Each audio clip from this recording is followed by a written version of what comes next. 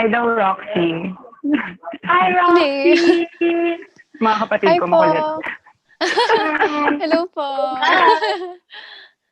Hindi. Okay na? Okay na. Alis na kayo. Roxy! Makulit eh. Cuties. Hi daw.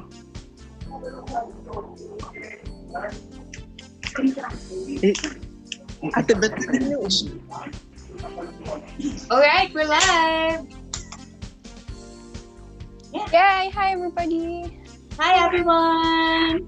Hi, everybody. Cute to go.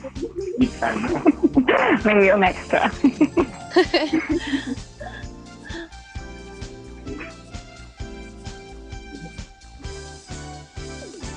So, kamusta guys?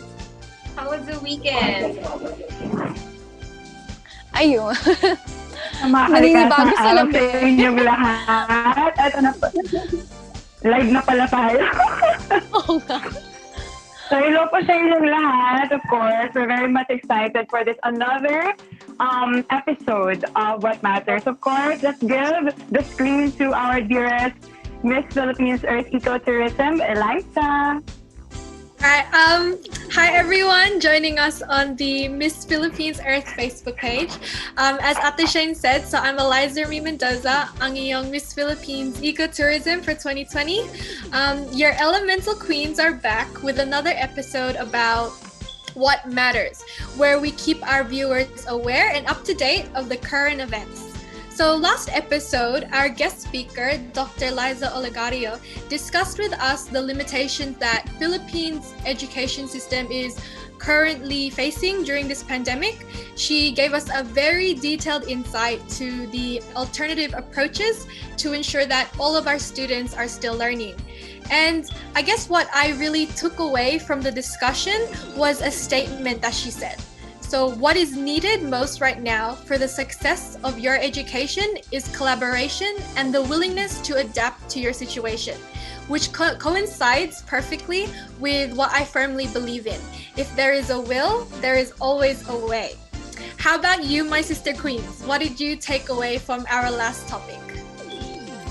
Yes, as for me, I really liked the episode. I was very much interested on the situation of our education here in the Philippines amidst this pandemic. And Dr. Ras made really good points about the highs and lows of distance learning, online classes, and how to reach out or provide assistance to our educators or teachers in need, as well as alternatives to give education for all. So it was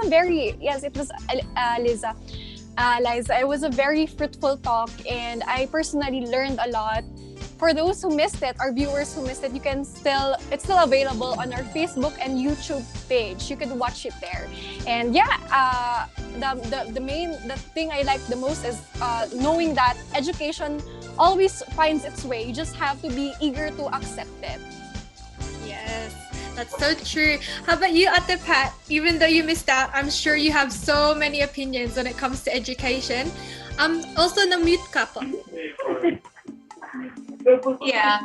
Well, I have to say that it was a sad thing that I wasn't able to join you guys. You know, the challenge of being a working girl, especially during this pandemic. But for me, I think it was actually thrilling I did catch some parts, and it was thrilling to be able to see that underneath all the different problems and challenges that we're facing, especially with our educational system, there was this message of hope. You know, our speaker was very particular in saying that there is hope. No matter what challenge we are facing right now, if we all work together, the government, private citizens, and all students really want to make a difference in their lives. And if students really want to, empower themselves, then they will do whatever is necessary to be able to attain the education that they do deserve and they do need to have a better station in life. And I think that is really one of the best messages that we can give to our viewers. Shane, ikaw po. Yeah, I think last Monday. We are very much excited about that topic because I'm really, really close to teachers since my mom, my sister is a teacher. And I agree to what Pat said that the things that Dr. Aligario said should give an encouragement and enlightenment to everybody, lalo na sa mga kabataan ngayon, that we don't want to miss this opportunity na kung nakapag-enroll ka, I hope that you don't waste this opportunity given to you na yung magulang mo na padala ka pa rin sa school, they find ways para ma-enroll ka because there are also other students who unfortunately cannot go to school this school year. Maybe because their parents have their own personal reasons, which is number one is the safety of their children. But at the moment, I realized na at the end of the day, it is really a collaborative effort for everybody, not just to the teachers, the students, the parents, but as well as a whole community that we should just support whatever the government is doing right now because this is just for the welfare of all the Filipino citizens at lahat ng kabataan because we don't want to miss another time para mabigyan ng opportunity yung mga kabataan na matuto kahit na meron pandemic at this moment. So I hope na magtulong-tulong lang tayo and sana mag-focus lang tayo doon sa positivity because we can't really say how this online classes will be not until October 5 comes, yung opening ng classes. Yes, and I think just to sum up what everyone's been saying, I love how the talk that we're doing, What Matters, it just comes to show that no matter what age or how much you already know, there's always room for more. You can definitely learn something new every day and you just gotta stay open-minded. So if any of our viewers have any questions, please leave a comment and we will make sure to get your question answered by our special guest. And for today, your queens and my co-hosts are ready to learn and ask about the agricultural status in the Philippines amidst COVID-19. And to provide us with the answers we are all looking for, please welcome our special guest. He is the founder and CEO of Rise Up Farmers Incorporated and an award-winning social enterprise, Mr. Elvin J. Ostia Laceda.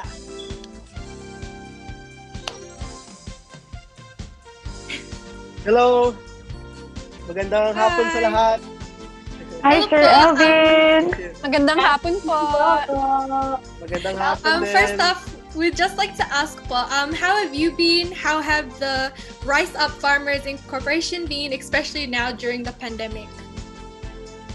Actually, kami lalo pang lumalago, no? The social enterprise is thriving amidst the challenges that we're experiencing right now.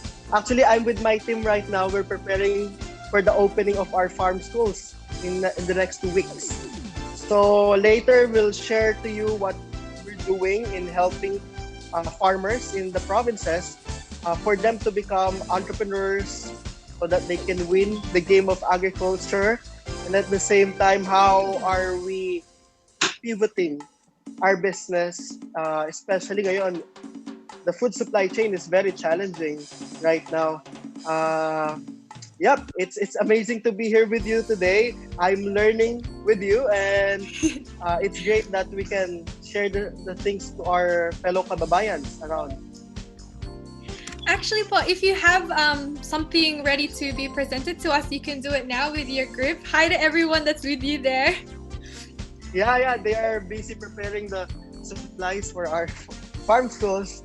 And actually today we went to the farms, checking how our farmers are doing.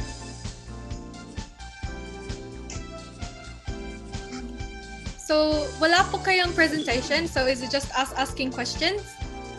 Yeah. You can ask me questions, and actually, if I can invite our viewers to check our website at www.riseupfarmersincorporated, and we have a Facebook page. We have lots of videos there and what we're doing. Yep, I'm prepared to answer any questions and to share in the first few minutes what we do. Can I proceed? Yep, take over po. Yeah. Like all of you, we really love taking care of our environment. We believe that if we take care of our environment, we can alleviate thousands of people out of poverty. So at the heart of our business is helping the farmers win the game of agriculture. The reason why I call it the game, because some people are taking advantage of the farmers. For example, actually, I think Roxanne knows this in the Cordillera. Many farmers are experiencing oversupply in their production. And actually, last week, yung cabbage, no, it's just free. Or sometimes they sell it for 2 pesos per kilo. The reason for that is the lack of access of farmers to directly market their produce. So what we do in Rise Up, we have 3 mandates. First is education. We educate farmers so that they will learn new technology in agriculture. Also, they can take advantage of technology that will enable them to decrease their cost of production. Alam nyo ba na 34% ang poverty incidence ng mga tao sa agricultural sector? It's the highest poverty incidence in all sectors in the Philippines. So, and the irony is they feed us, and at the same time, sometimes they don't have food to eat, no? Which is ironic. So what we do in Rise Up, first, we educate them. We establish farm schools throughout the country. Actually, kasalukuyan, meron tayong 38 farm schools, no, sa buong bansa, where farmers learn how to become entrepreneurs. We help them create life-changing lifestyle habits like financial management, so that they can have the ability to control their resources. That's 3 months. No? Second, we have enterprise development. We help them identify what businesses they want to develop. And then, for example, sa Davao City, we have cacao farmers. We help them develop excellent cacao beans so that we can supply chocolate makers or chocolate companies. Actually, last year, our cacao beans won in Paris as top 20 best cacao beans in the world. No? And lastly, innovative technology. For example, in planting rice, we use drones. No? Yung drones, it will just take us 8 minutes to plant rice. No, dati it's really hard work. No, it will take them 8 hours with the Carabao to plant rice. But now, lots of technology. So the main purpose of Rise Up is to really give freedom to our farmers so they can determine their destiny. Yep.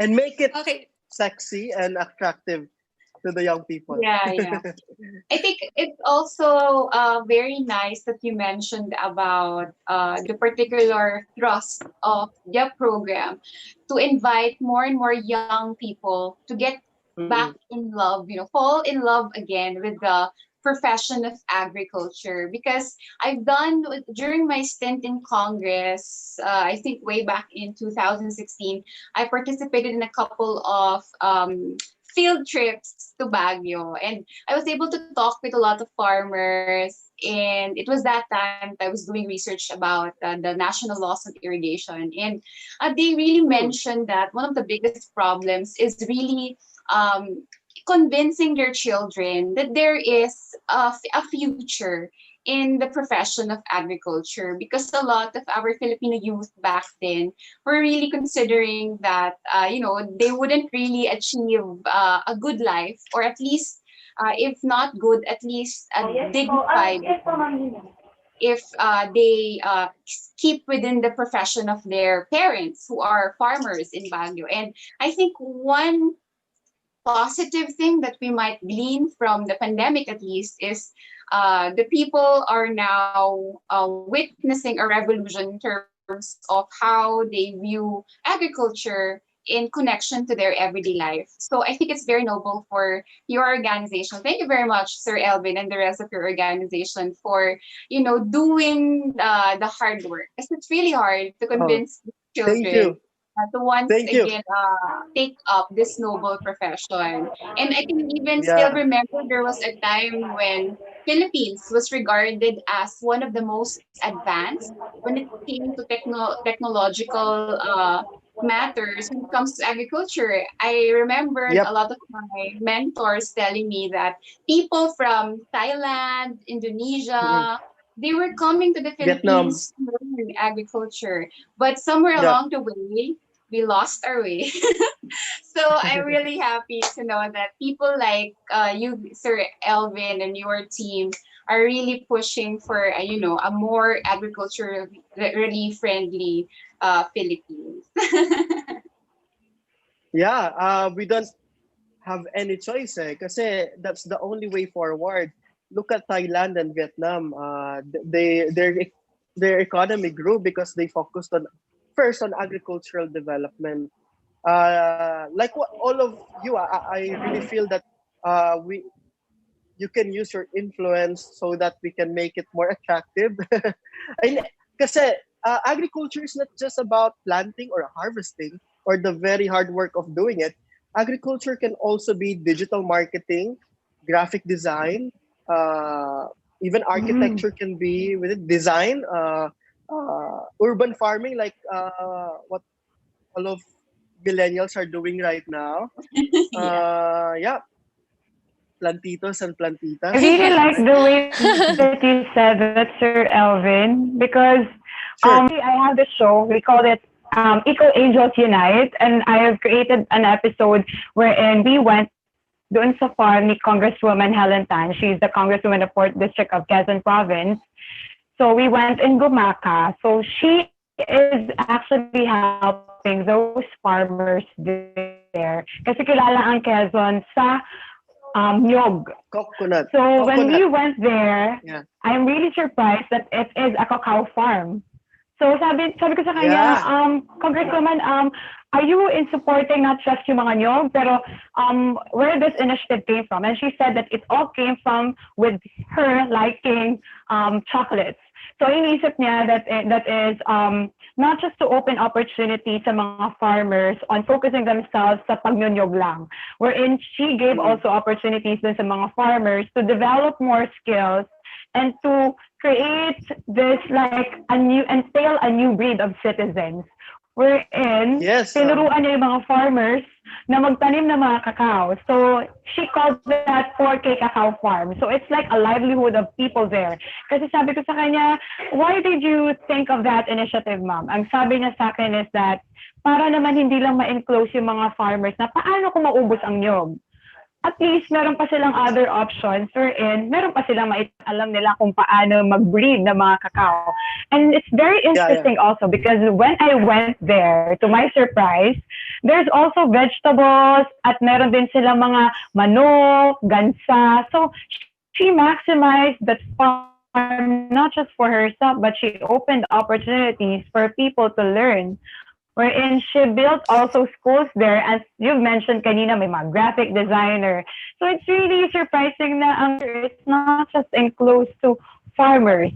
Kasi mga Pilipino, we should love being a farmers dahil nga ang Pilipinas ay talagang nabubuhay sa industriya ng agrikultura. So I hope that the little Yes. initiatives that not just our local government officials are doing, but as well as people like you, Sir Elvin, and Rise Up, your group, will give an encouragement to everybody to embrace that because it's part of our culture as Filipinos. So I'm really grateful to hear that from you na sana hindi lang ma-enclose sa pagsasaka ang idea ng agrikultura, but you've mentioned out that those students who are fond of IT, graphic designing, you guys can have a career sa agriculture industry.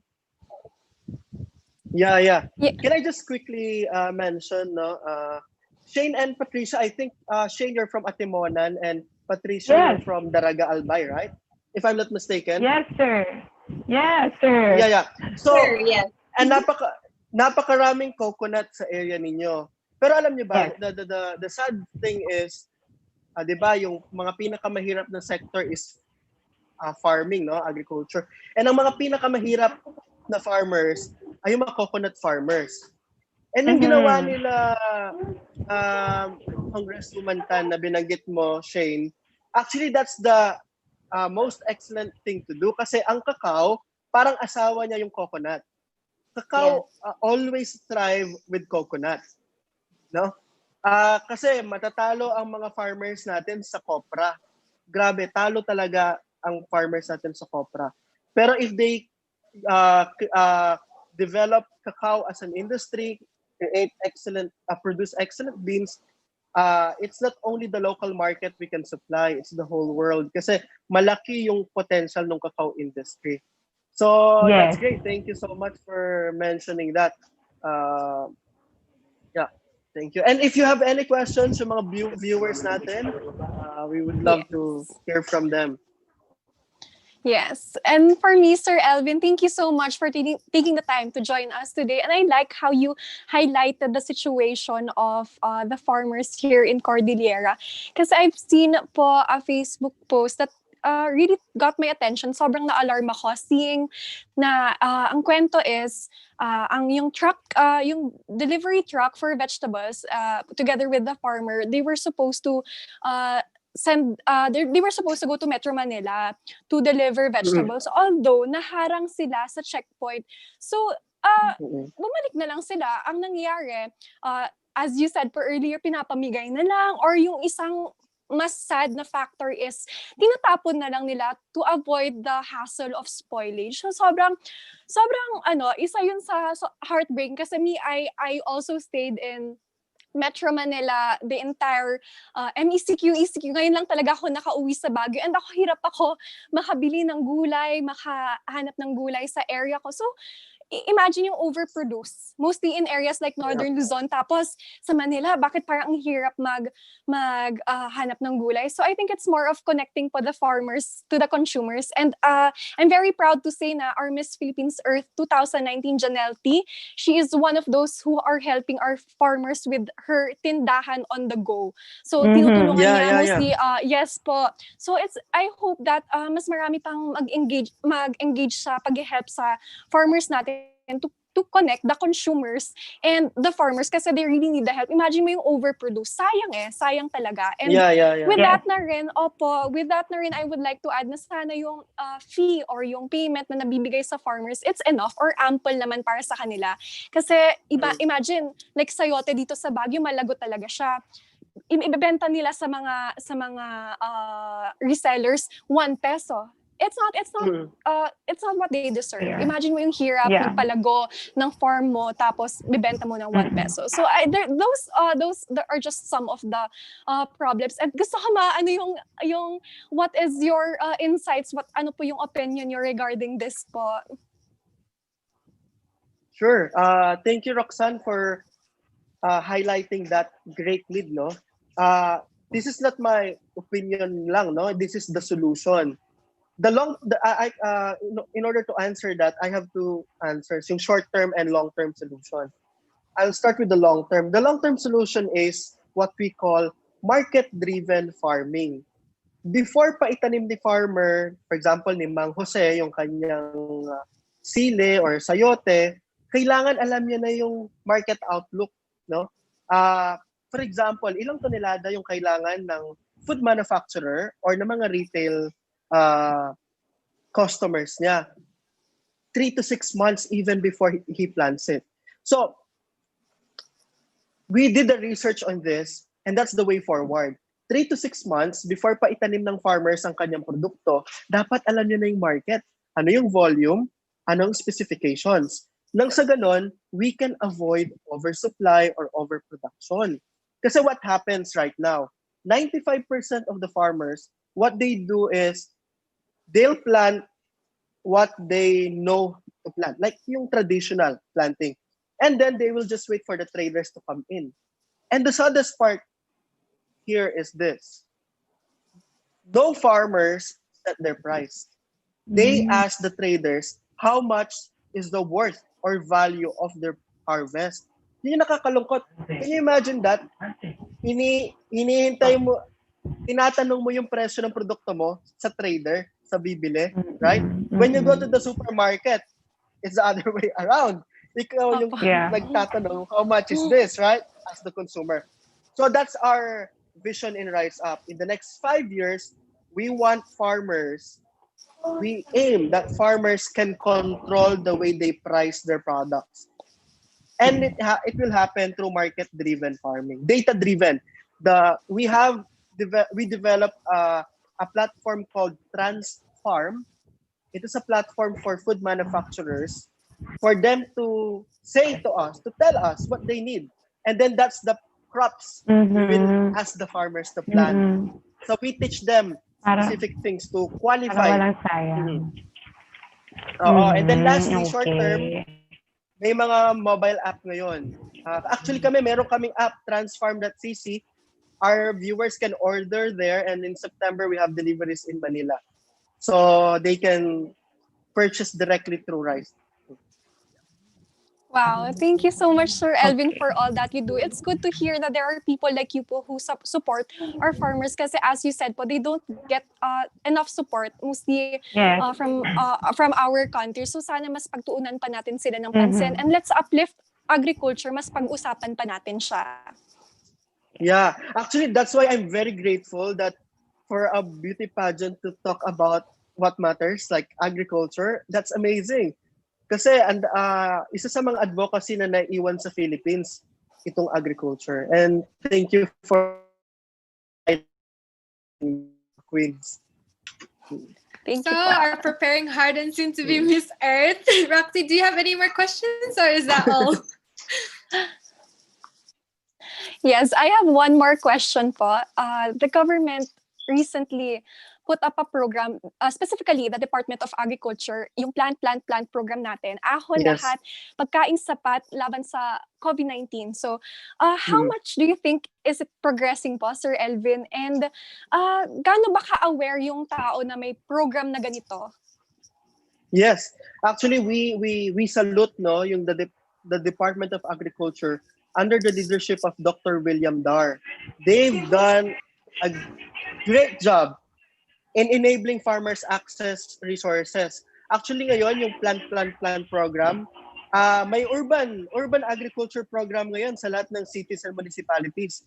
We invite our viewers, you can request free seeds, vegetable seeds that you can plant sa inyong mga bahay. Actually, it's free from the government because of the plant program. Isa pa,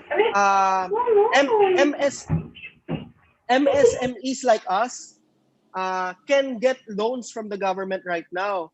0% interest rate. If you want to start an agri enterprise, you can do that now.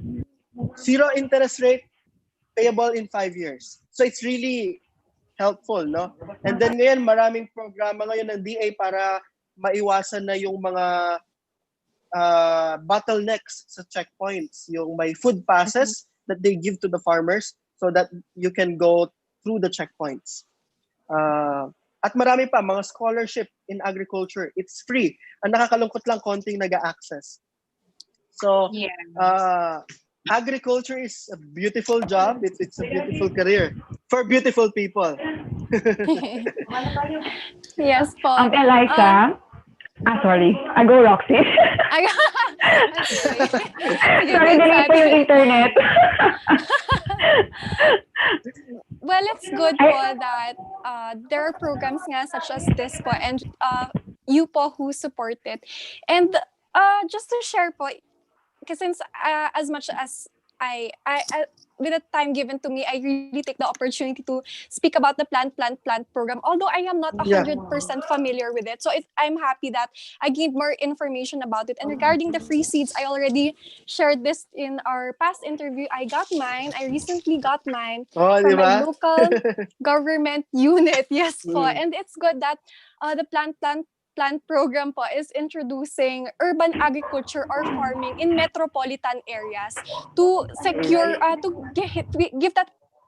give us that security kasi hindi lahat ng tao ngayon nakakapag-provide sa families nila, may struggles financially, and meron yung risk of going out kapag bili tayo ng bili sa labas. So it's maganda na pinupush nila yung mga tao to start urban agriculture at their own homes, and nalalaman nila po yung potential benefits. And other than that, yung pag-support nila sa fisheries, providing technical assistance to our farmers. So I really salute Department of Agriculture, and sana mas ma-inform pa yung ating mga kababayan kasi hindi lahat may alam na may ganito pala, may free seeds pala, gusto pala nila magtanim. So sana mas mapag-usapan siya, sana mas mapa-news pa, sana mas in general, sana mas pag-usapan pa ang agriculture and i-support natin ang ating DA. Ayan. Maraming salamat po. Those are all my questions. And thank wow, you. so obvious. Sorry. So obvious na specialty ni Roxy to. Plantita. Well, I have sususugan ko na since na-open naman yung mga programs ng Department of Agriculture. Well, I think also aside from the government, di ba, Sir Elvin, the private citizens also has kind of like a duty to also do their part in spreading the word. Kasi ang karamihan na alam ko sa networks ko na mas maalam about these different programs are also the people who are very well-versed technologically, di ba? But yung gusto talaga natin ma-reach dito ay people who are marginalized, people who are underprivileged, and especially those people who have lost their jobs as a result of this pandemic. I think one of the nicest thing about also having a title is we meet more people talaga na who are willing to help in your advocacies. And siguro, isa sa mga I'm very fond of is merong group of private people who are actually my batchmates in UP, who are gathering resources para turuan ng urban gardening yung mga nawalan ng trabaho during this pandemic. So I think this is a very good idea po to everybody who is watching right now in the comfort of your homes or in your offices, that you can make a difference by spreading the word. And if you have extra resources, mura lang naman yung seeds, and then pots, plants, and giving tips for urban gardening. Maybe you can start in your own community. Identify people who have lost their jobs and let them know that you are there to help them grow their own garden so that they won't have to go hungry. Because I think at the very core of this advocacy is really our heart for the people and really our desire to make sure that no one is left behind. So at the very least, I hope po na everybody who's watching right now would consider, sponsoring people to start their urban gardening journey. Lalo na yung alam natin na deserving. And I know, Sir Elvin, with your group, you're really more focused on helping our traditional agricultural workers in the country. But for me po kasi naging passion na po talaga namin yung, lalo na yung urban agriculture na tinatawag. I agree. If I can add something to that, Patricia, actually, since the pandemic, we've been working with groups in Manila, like private citizens, and they want to donate instead of canned goods and toxic foods, na yung mga harvest ng ating magsasaka, yun yung gamitin nilang relief goods, no? So we are still open with that to those who are thinking or planning to give fresh produce, fresh vegetables as their relief goods to people in need, no? We are open to that. We can collaborate. They can purchase through our farmers, and we can help gathering that. We've done like 1,000 people in Quezon City, Manila, and Makati area, sa mga poor areas doon, at yung mga harvest ng rice up farmers ang ginamit nila as relief goods. And una, it's fresh. Second, it's affordable. And helping the farmers, parang two birds in one stone, no? Yeah. So if you know someone or you have a group. Opo, nakakatuwa talaga that the tide is changing. For you, sir, this is the main question for me, sir, is for you, sir, seeing how the tide has changed, seeing how people are seeing the value of agriculture in their life, people, ako nga, ibibida ko na sa Daraga Albay, we have a booming community garden. People are bonding together, they're taking care of a community garden, and they're harvesting and feeding each other for free. And that has really amazed me. And considering all these new developments that many local government units are now seeing that that is their part, that is one responsibility they have to do. What do you think should we do to sustain this momentum? What should as groups, citizens, what should we do to just keep on making sure that agriculture will be a big part of our new normal, or for me, our better normal? Yeah, thank you. I always believed, no, even before the pandemic, that the power of the Philippines lies in the provinces, sa mga rural Mhm. areas. And maganda yung ginawa ng Daraga, no, na magkaroon ng mga community gardens. Actually, yun din yung ginagawa natin sa Rise Up Farm Schools. Hindi mag-graduate yung mga farmers namin kung wala silang community gardens, no, that they're taking care of. However, to sustain this, it needs to be understood as an industry. Agriculture is not just a pastime or hobby. We need to feed more than 109 Filipinos, Yes. 109 million Filipinos. And in order to do that, agriculture should be industrialized. No? We can True. identify, for example, in the provinces, ano yung pinaka-specialty ng ating probinsya. And we can mass produce it so that we can provide affordable food for the people. Kahit konti ang sweldo nila, they can afford food.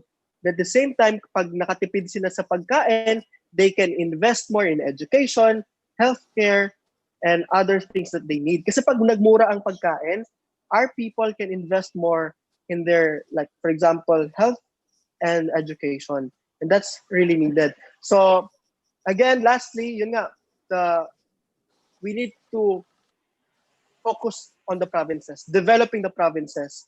Kasi pag na-develop ang provinces, wala nang pupunta ng Manila at makikipagsiksikan, no? Yeah. Kasi mas maraming opportunity. At ito pa yung nakakalungkot. Na-experience ko rin kasi maging OFW.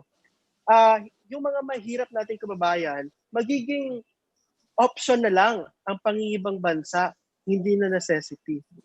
No? Kasi kung maunlad ang mga probinsya, ang mga naayon natin, being domestic helper or maging option na lang. Wow, at least Sir Elvin, what you said just really reinforced in my mind that at this moment, the Philippines, or maybe the world, is at a critical moment, particularly the Philippines, because we're now facing parang crossroads. It's the perfect moment for us to actually change what needs to be changed for the better, so that after this pandemic, then maybe we would be better equipped to face a similar pandemic in the future. Because Yeah. I really am amazed with the idea that you said earlier, that people are, have better capacity for producing their own food and empowering our provinces. And this so much likely coincides with our Balik Probinsya program, right?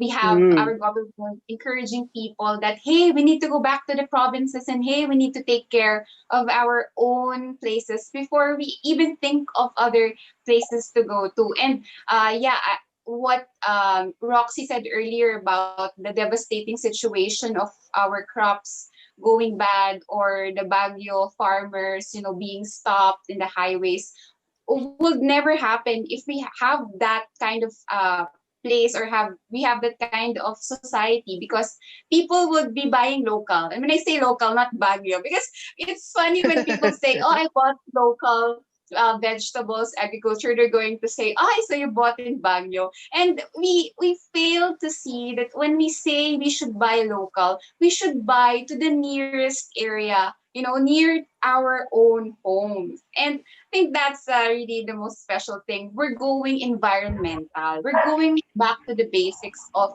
protecting our environment. And this really coincides into our cost also for the agricultural sector. So thank you very Yeah. much, Elvin. Overtalk ako, sorry, na excited. Pero No, yeah, it's thank you okay. very much po. I just wanted to say, Thank you. Sir Alvin, we were told before the live that you're very excited to talk about this, and it really, really shows. Anyway, to my favorite aspiring hostess, but let's be for real, we already know that Ate Shane is already the best. Well, better than me anyway. Do you have any questions Agree. for Sir Alvin? Yes, I have a very, very good question to Sir Elvin. I'm really grateful that you've opened up kanina, sir, because, this topic, it gives a lot of hope to everybody. Hi. So do we still have Sir Elvin around? Okay. Yeah. I'm here. Can you hear me? Okay. Sir Elvin, my question is, I just read this article written on Inquirer saying that agriculture can save the Philippines against the pandemic, the COVID-19 havoc. So with that, in what ways can we help the industry to really save our country in this challenging time? Thank you, actually, Para magalit kayo, sir, no, hindi ako galit. Joke lang, sir, joke lang. Actually, Shane, as reigning queens dito sa Miss Philippines Earth, you can really use your voice in amplifying the need to support the farmers. Actually, Yes. for example, sa mga probinsya natin, just citing Quezon Province, ang daming pwedeng gawin sa coconut industry dyan. And marami tayong matutulungan na mga magsasaka. Not only the magsasaka, pati yung mga asawa nila, yung mga women. And actually ngayon, we in our research, kasi meron tayong mahigit 2,000 farmers sa Rise Up program. Kapag involved ang babae sa farm management, tumataas ng 20% ang income, household income. Yes. So we need to create an environment where women have a bigger role in agriculture. And also, first, yung sabi kanina ni Patricia, we need to really buy local. As much as possible, nakita kayong mga app sa Manila, mga mobile app, na catering na direct sourcing from the farms, use it, magiging bias na ako, use also Rise Up, you can order through Rise Up your vegetable needs, and we can deliver it sa Manila. Actually ngayon maraming Kadiwa program ang DA. Yung Kadiwa program are pop-up stores. They allow farmers to sell sa mga petrol station, sa mga malls. Yes.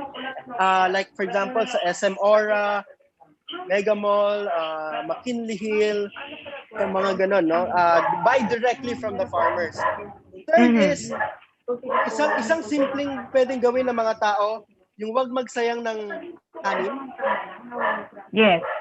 Wag tayo magsayang ng kanin, kasi bawat butil ng kanin, napakahirap i-produce niyan. Dugot pawis ng magsasaka yung na sacrifice. And lastly, we invite people, we want to expand to areas where Rise Up is needed. Because kahit may COVID-19, we want to help farmers learn how to become entrepreneurs. Kasi the way forward here is to treat agriculture as a business. Not just yung pagkuha ng pagkain. It's a business, it's an enterprise. Tama ka dyan, Sir Elvin. Sir, actually, meron akong ginagamit ngayon sa mga post ko na hashtag Love local, buy local. And I'm really happy every time I see yung mga friends ko na nag-deliver sila ng mga relief goods. Some of them, instead of buying canned goods, ang ginagawa nila, they buy fruits and vegetables. Yun ang pinamimigay nila. And it gave me a good idea because I'm starting to do that, I think next week or the next few days, na mamigay ng mga gulay sa aking mga tutulungang mga community. Because I think, lalo na ngayon, kasi sabi nga ni Roxy, maraming farmers ngayon ang nagbabagsak presyo. So in ways that you would want it to be of help din sa kanila at makatulong ka pa sa isang community. Bibili ka sa mga farmers, nakatulong ka doon sa community nila, ibibigay mo yun sa isang community na nangangailangan. So sabi mo nga, hitting two birds with one stone. So you've helped two communities na both sila magbe-benefit from that. And I just want to highlight what you've said a while ago. I just remember the local government office that we have in Atemonan, tourism officer namin si Nestler, and he will be the guest in the next day sa isang segment. Kasi you've mentioned kanina that if you wanted to be successful, you have to make these provinces progressive. And I just really remember him saying to me, na nandun ako sa loob ng sasakyan kasi papunta kami sa isang tourist spot sa Atemonan nung hindi pa nagla-lockdown. Sabi ko, ang grabe yung potential mo, yung creativity mo, yung skills mo. I'm just really happy that you've stayed here sa Atemonan. You've been using that talent para ma-maximize yung mga pwede nyo pang magawa dito sa bayan. Ang sinabi niya talaga sa akin, sir, is that successful na siya sa Manila, but he found that the calling should be in the province. Before you give service sa mga urban areas, you should first give service sa probinsya mo. Kailangan mo munang paglaanan ng talento mo at ng creativity mo ang probinsya mo. Just use that talent para makatulong ka before you left the province. Yun yung sinabi niya sa akin kasi nandoon daw talaga ang success sa probinsya. And it supports right now what's happening in the situation in the Philippines right now na meron tayong balik probinsya program. And dahil bumalik ka sa probinsya, ang pinakauna mong pwedeng gawin at pinakaunang maiisip mo na pwede mong pagkuhanan ng pera ay agrikultura. Ang industriya ng agrikultura dahil nga sa probinsya, makakita tayo ng maraming matatabang lupa na pwede kang pagtaniman. So I hope na ito ay magbibigay inspiration sa lahat ng ating viewers that they will learn that we have to embrace because this is part of our culture as a Filipino. Itong industriya nito, ito ang magsisave nga sa atin. Kasi nabasa ko talaga, very, very hopeful talaga yung article na yun that agriculture is the hope of this country at this moment. And I'm just really giving my 100% in whatever means that I can. Kung pwede lang sa lahat ng picture ko, maglalagay ako ng indoor plants para may ma-encourage na magkaroon ng alaga indoor plants. Kasi, di ba, Roxy, ang dami ngayon nagiging plant tita, plant mama, nakakatuwa. Actually, sa lahat ng, sorry if I'm just going to share this, because after this, it's Eliza's time to give the question. But I'm really happy every time that I have a friend na nagsa-story sila sa Instagram nila, posting that they've learned how to plant seeds. And I give them encouragement. Actually, this is our way also of giving them support wherein mag-reply lang kayo dun sa stories nila. Ang sinasabi ko, wow, plant mama, wow, plant tito. Kasi it encouraged them na parang tama yung ginagawa mo, magtanim ka lang. Because it also boosts your mood. Ang pagtatanim ay maraming advantage at maraming health benefits. And one of those is it boosts our mood. And lalo na sa panahon ngayon, a lot of us nalulugmok na dahil pakiramdam natin hindi na ito matatapos. Sa pagtatanim, nabibisi ka, and since hindi tayo makalabas sa nature, edi gumawa tayo ng paraan na ilapit ang nature sa atin, punuin natin ang halaman ng ating tahanan, edi mukha na siya maraming green, so may-relax ka na. So I'm really happy that I was able to talk to you and ask you the questions I have in my mind, and maraming salamat for giving us this opportunity, Sir Elvin. We really appreciate your group's effort and your passion para i-pursue itong industriya na ito dahil kailangan ito ng mamamayang Pilipino. Thank you, Shane. Okay, so Sir Elvin, you're such an expert because as Ate Shane mentioned before, a lot of the viewers actually have questions for you. And I've realized that you've already answered most of my questions. So I'll just ask all of the viewers' questions. So from Alfred Topel, how's the status of agriculture here in our country despite of this pandemic? Are they coping, surviving? If so, how? Yes, actually, it's a great news, no? The second quarter of 2020, that's the height of the pandemic. Only the agricultural sector made a record, positive 1.2% of growth, no? Manufacturing sector, negative 8, I think. Services sector, mas mababa. Our GDP went down to negative 16. And only agriculture sector is the positive 1.2%, which means kahit may pandemic, our farmers didn't stop to produce. Yes. Actually, we call them the backliners, no? May mga frontliners tayo, kami naman mga nasa background lang kami.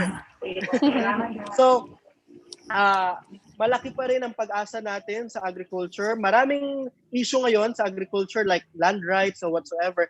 Pero kami, we're not focusing on that. We focus what's most important at the moment. No? Right. Social injustices can be solved by helping farmers have more income. No? And the good thing about that, kahit maraming nawalan ng trabaho, ang ating mga magsasaka patuloy na nagpo-produce at tumaas ang kita nila. And to connect with your title, Eliza, ecotourism, actually the bottom line in agriculture to make farms more, kumbaga, productive is to turn them into farm tourism. Yes, Mhm. yes, yes. Yes. Tama. Lots of farms right now are being Yes. transformed into farm tourism. Kasi pag maganda yung farm, ibig sabihin, Mhm. naalagaan, at isa pa yung pagkakakitaan. Yung TESDA, the TESDA right now has programs on that too. So hopefully after COVID-19 pandemic, we'll make more farm tourism sites. More farm Yeah. tourism Hopefully sites. pa. Yeah. Also, this is from Panchavilla 1901. It's not a question, but I think it's a suggestion. So I think they want your opinion on it. They said agriculture is a big part of the Philippines. The Filipino economy, but they should look to other areas in the next 50 years, like IT, artificial intelligence, manufacturing electric cars, biotechnology, etc. So I think they're saying that even though that agriculture is a big part of the Philippines, that they should focus on other things. Like, what is your opinion Uh, on that? yes and no. Yes, because we don't have a choice but to become innovative as a country. Mhm. But no, because we need to feed more than 100 million Filipinos. The one thing we can do is to innovate how we can produce more with lesser land. Kasi ang daming land ngayon na nako-convert into Mm. subdivisions, right? Yes. So Yes. what can we do to produce more with less land, no? With in terms of those like robotics, AI, blockchain, Internet of Things, those are not bad technology. But actually, we can use them to improve agriculture. And also, I want to remove the stigma na hindi ibig sabihin na agriculture country tayo ay we're still poor. Ayun nga Yeah. yung problema eh. Poverty is always parang nakikita Kadakit na na. Mm. kalakip ng farming, no? Or vice versa, farming, when you are a farming country, you're still poor. No, it's not like that. Look at Japan, Thailand, and others. They are agricultural country, but they innovated. So we need to be proud that we are an agricultural country, but we need to uh, change our game. Okay, thank you, Paul. And quickly, let's just put the spotlight to Ate Pat because there's a question for you. Can you provide a background on House Bill 8728 or the Graduation Legacy for the Environment Act? You know, this is what happens when you put law graduate on your resume. You know, people are kind of like assume that you know all the laws. But well, fortunately, I think I came across this one because when we were preparing for Miss Philippines Earth, of course, Girl Scout tayo. And this bill or this law is actually a law now. It was passed by, well, it's not yet a super law, by the way, because it was passed by the House recently. I think it still needs to be signed off. But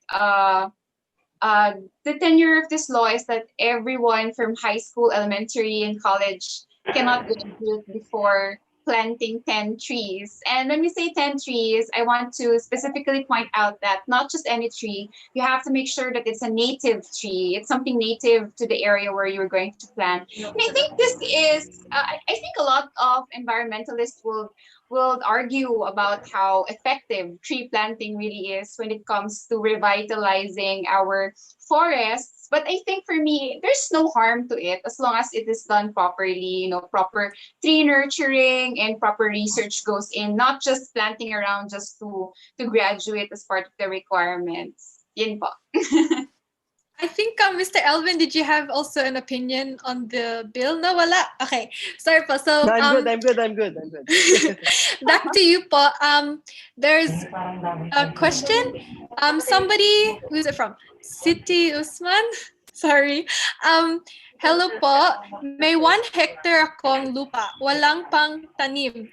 Ano kaya magandang Ang kita itatanim? Tagalog mo. You're so cute.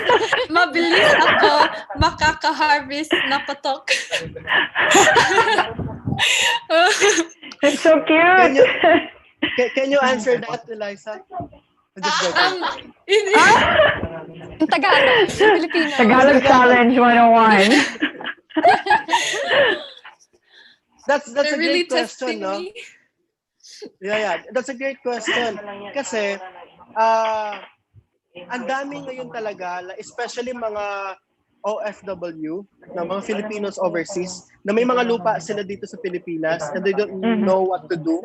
But the first question should be is, hindi naman kasi basta-basta ano yung itanim natin, no? We need to understand ano yung type ng lupa, type ng lupa niya, and at the same time, ano yung need ng surrounding market para hindi siya mahirapan sa logistics. So, pwede natin siya tulungan. You can contact us at you can send it to my email, elvinlaceda@gmail.com. We also do farm consultations. If you have lands, underutilized lands, we can help you improve and also identify the best crops na may market na, no? Kasi in Rise Up, we understand the behavior of the market, no? We use data so that hindi matatalo yung producer. So yun po, you can contact us through my email is elvinlaceda@gmail.com. Yep. Oh wow, that question really put me on the spot. I just butt in. Kasi may suggestion talaga ako. Kasi super willing-willy ako sa concept of community gardens. In fact, even a farmer, a colleague of mine, abogado na siya, si Attorney JC Tejano, create siya ng isang community garden out of a vacant lot here in Quezon City. And sobrang ganda nung ginawa nila. Kasi at no cost, people are feeding off from that vacant lot. So, my suggestion po is for everybody who has a vacant lot, explore maybe with your lawyer friends maybe para at least protected ka naman, meron ka namang at least security for your lot. Pero at the same time, explore the possibility of investing into a community garden para you will be able to make use of the lot and at the same time help your community. Yun lang. Yeah. That's really smart. Okay, I think to wrap up the questions, we have another question from Alfred Tapal. Not all vegetables can stand the environment there in the metro. Can you give us an idea on what type of seeds suit the plants here in the city? Okay. Ang daming question sa'yo, Sir Elvin. Oo nga. Actually, ang daming interesado. Kung ang gusto niya ay for food, no? Yung mga upland vegetable kasi, they cannot survive in heat talaga. Like yung mga gulay kina Roxanne, no? Baguio beans, mga gano'n. Yes. Oo, yung mga cabbages, carrots, at others. Pero ang daming lowland vegetables, no? Yung kamatis, okra, talong, mabilis lang yan. Pechay it's just more than 25 days. Lettuce din, actually pwede kung talagang kung may maliit ka na greenhouse, or even sa loob ng bahay. Mabilis lang. Tomatoes, they are really good. They're very healthy. Maganda siya, source of vitamin C, lalo na ngayong COVID era. Okra, they're really good din na itanim indoor or even maliit na space lang kahit sa pasto. Marami, even kangkong. Very healthy ang kangkong. No? Yung Chinese kangkong, ang dami nagtatanim ngayon dyan at napakabilis i-harvest. So, marami, halos ng lowland vegetables pwede sa Manila. Ayan. Pero kung may controlled temperature ka naman, kahit mga upland vegetables pwede. Can I suggest Thank also? you. Oh, Kasi me, yeah. before, yes, here in Baguio City, Yeah, yeah. marami kaming fruit-bearing trees and mga vegetables. Pero in Metro Manila, ang meron ko lang talaga doon is herbs, onions, sili, Yeah. tsaka mulberry. And recommended ko talaga yung herbs kasi ang daming health Herbs. benefits, madaling ipalago. And kaya ako Yes. pinili din yung onions and sili kasi pwede mo siyang ilagay sa kahit anong dish. Kaya yun talaga yung Yes. pinili mo. Pwedeng ihalo mo sa itlog. Yun yung yun yung talagang yun yung plants ko nung nasa Metro Manila pa ako. Yun yung plant babies ko. Yeah, yeah. Actually, sikat na sikat din ng Herbs and- petsay. Hindi ko alam ba't madami nagtatanim din talaga ng Ah, petsay. petsay. Dito Petsay sa is bahay, life. nag-try kami ng ng bawang tsaka sibuyas. So far, okay naman sila. Lumalaki naman. Lumalaki naman. Pero para silang baby, Sir Elvin. Honestly, sisters, para silang baby na nai-excite ka. Pag nakikita mong tumutubo, kahit kaganyan pa lang yung dahon niya, tuwang-tuwa ka na talaga. Yeah, yeah. True. Diba? Iba yung Lalo joy. pag yan. harvest. Iba yung Oo, joy. Hindi ko, lalo pag harvest. iba yung joy. Oo. Hindi ko At saka i-deny meron yun. kang Talaga self- nakakatuwa. Meron kang self-satisfaction na Mm-mm. nakikita kasi living organism siya, di ba? And Yes. then pag siyempre medyo kunwari namatay o nalanta, malungkot ka rin eh.